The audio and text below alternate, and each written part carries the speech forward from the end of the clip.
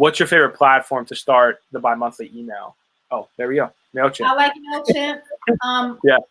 For my company, we use HubSpot for CRM. It's more robust for sales. Yep. But for personal interactions and engagement, I like MailChimp. It's very easy to use. For just an everyday person, you don't have to be highly technical to use MailChimp. Yeah. There's a lot of email marketing software. MailChimp's great because it's free up to 2,000 subscribers. Yeah. Once you hit that, it can be kind of expensive depending on what you're doing with it. But I've used all of them. I mean, ConvertKit. We use Sendinblue right now. They all are very similar. MailChimp's the easiest to get started. Plus, it's free, so we usually recommend people to do that. So, great. Okay, cool. Let's get into, all right, what kind of strategies you've used as you've raised money over the years. And maybe for like when you were starting out, what did you do? Like if you would tell yourself, things that now about raising money to yourself when you were starting out, what would you tell yourself, or what advice would you give an early stage founder on just raising money in general from investors? And then we'll get into more of like the crowdfunding stuff here after that. I say, sorry, have a understanding of how you value your company and value the shares you're selling. For example, in the very beginning, I raised my first money from friends and family for Urban Star. I raised $10,000, which in 2001, that's a lot of money. So I was able to do a lot, but I didn't know what I was doing. So I literally made a list and I said, okay, I need $100,000 to get this business started. Okay, give me $10,000, you get 10%. That didn't make any sense. And I see founders doing that all the time. They don't really understand valuation and how they don't have proper documentation. But also at the same time, back in those days, there weren't so many resources available online. I mean, you can go to Y Combinator website and get all kinds of, documents that you need today for free. These things did not exist back then. I was making it up as I went. But I just want you to have a really clear understanding of the value of your business and calculate that value. You don't have to get a formal valuation, but definitely understand your projections, understand how dilution works when you have to raise more money. Don't think about what you need just to get started. Think about what you need to grow and scale and operate for at least 3 years without revenue so that you cannot give up too much of your business in the beginning or, and understand the different types of shares. So luckily you don't have to really, you can find the docs you need online and just have an attorney look over them and review them.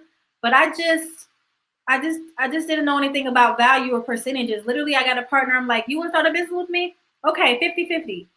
That was not a good idea. And I see founders do that all the time. They get with their friends, they have a good idea. You want to join me? Okay, let's both get, we're going to split it up in 3 ways. What's going to happen when you need to raise money? Or are you going to define what everybody's role is? Or what if one person does way more work than the other person, but they're getting that 33% that everybody else gets? This is not fair. So really understanding how you value your company in the beginning is so important. I didn't know that. I made a mistake majorly. And that's why when I want to sell the business, my partner didn't want to sell it. And we never got to sell it because he said no. And we didn't have documentation set up to say, what if we don't agree? Or what happens when this? I just said, okay, well, I don't want to do this anymore. And I walked away, but we could have sold it. And I didn't want to fight him as my friend. A lot of people get in the middle of things like, well, this is my friend. I don't want to argue. That's why you got to have your paperwork in order. I mean, the number one thing is paperwork.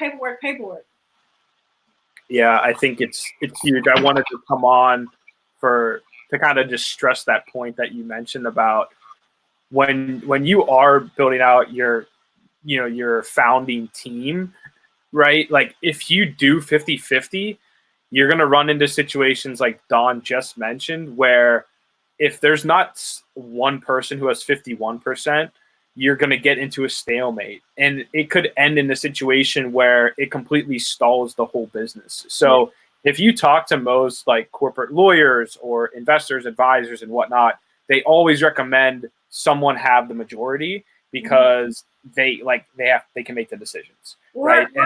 Or a board who can vote. But at the early stage, you don't have a board. I didn't have a board till after I was in business for 3 years. So the early stage, you have to figure it out with each other. 100%. And boards, yeah, I mean, people try to get boards, I think, too early in a lot of cases. And then that will slow you down as well, because you can't make critical decisions like that. You have to do a board meeting. You have to get everyone's schedules together, especially if you have, with the state. It's so much. right, especially if you have high-level board members, their schedules are busy, and they're probably on multiple boards. So for you to get everyone's scheduled together to make a decision that you could have made yourself if you own the majority of the company, and you're, even if you have partners and stuff.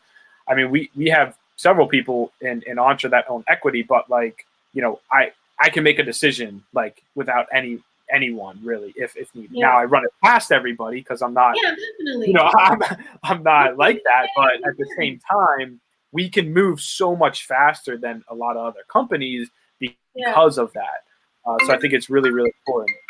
So getting into then like advice on talking to founders, then how do you approach investors? How would you approach your investors like now versus the one you did? I'm sure now it's a lot easier with your network built out and everything, but when you were starting out, cold email, networking events, referrals, warm intros, how did you navigate that? You mentioned friends and family, but when you started getting in touch with angel investors and when you started talking to VCs and stuff, how did you make those introductions? How did you get those contacts? So I don't believe in cold emails. They just are not well received, especially in this time when people get so much spam. So I really dedicated a lot of time going to conferences that were industry specific and then general tech events, conferences and events. I just showed up at like everything possible. I was at a startup event 3 days a week, just meeting people, connecting with people, and letting them have a face-to-face interaction with me. And then I'd say, "Can I email you?" And then I would email them, and then they would be responsive. So again, that's where that personal touch comes in. If you sit there, you're going to sit in front of a computer and just type your way to raising money. It's not going to happen like that. There's too many people asking for the same dollar from the same people, and people invest in people they believe in, people they like, or industries that they know. Not just cold emails. I mean, they don't know you. They might like the idea, but they don't know you. And how can you execute, and how do you carry yourself? I mean, when people invest, they're really invested in the founder, that you are the one to execute this vision and bring the right people onto the team. And they're betting on you. They say the jockey or the horse. It's the jockey. It's the jockey. They're betting on the jockey. The horse can be the best horse out. If the jockey cannot do it, the horse is not going to win.